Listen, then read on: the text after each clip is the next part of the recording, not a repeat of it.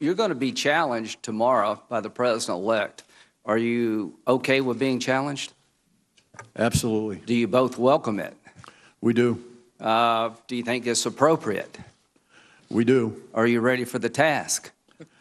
I think so. Good. Is there a difference between espionage and interfering in an election? Yes, espionage implies to me at least, a passive. Passive collection, and this was much more activist. So when it comes to espionage, we better be careful about throwing rocks. When it comes to interfering in our election, we better be ready to throw rocks. Do you agree with that? That's a good metaphor. I think what Obama did was throw a pebble. I'm ready to throw a rock. Would I be justified as a United States Senator taking your information about Russia's involvement in our election and what they're doing throughout the world and be more aggressive than President Obama if I chose to? That's your choice, Senator. Do you think he was justified in imposing new sanctions based on what Russia did? I do. Okay. So to those of you who want to throw rocks, you're going to get a chance here soon. And if we don't throw rocks, we're going to make a huge mistake. Admiral Rogers, is this going to stop until we make the cost higher?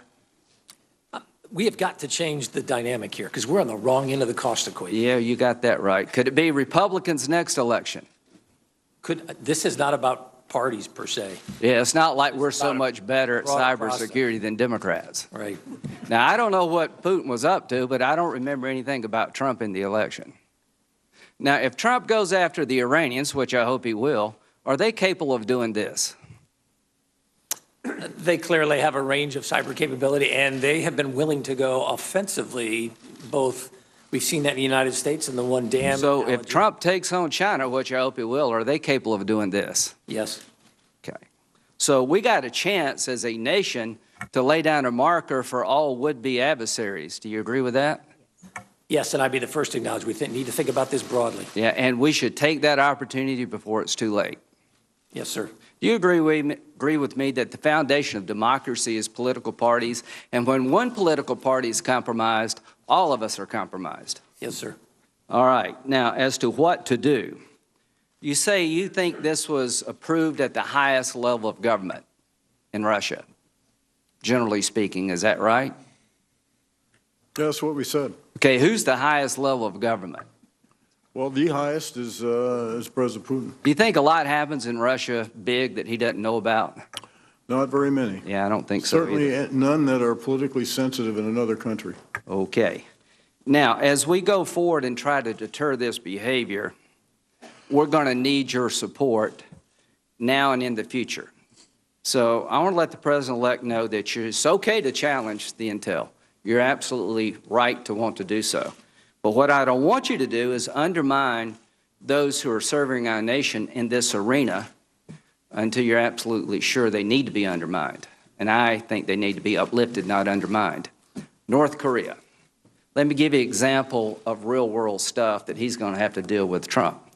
Do you believe that North Korea is trying to develop an ICBM to hit the United States, or that could be used to hit the United States? That could be, yes. Do you agree with that, Admiral Rogers? Yes. So when the North Korean leader says that they're close to getting ICBM, he's probably in the realm of truth?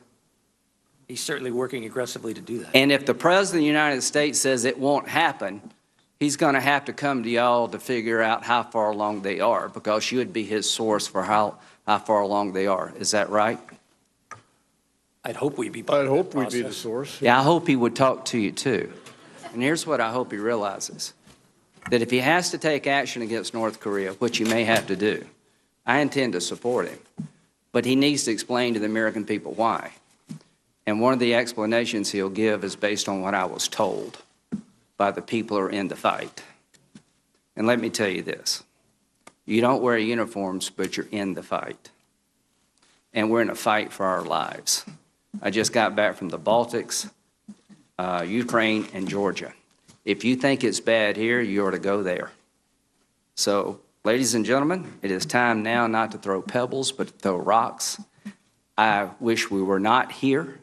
If it were up to me, we'd all live in peace.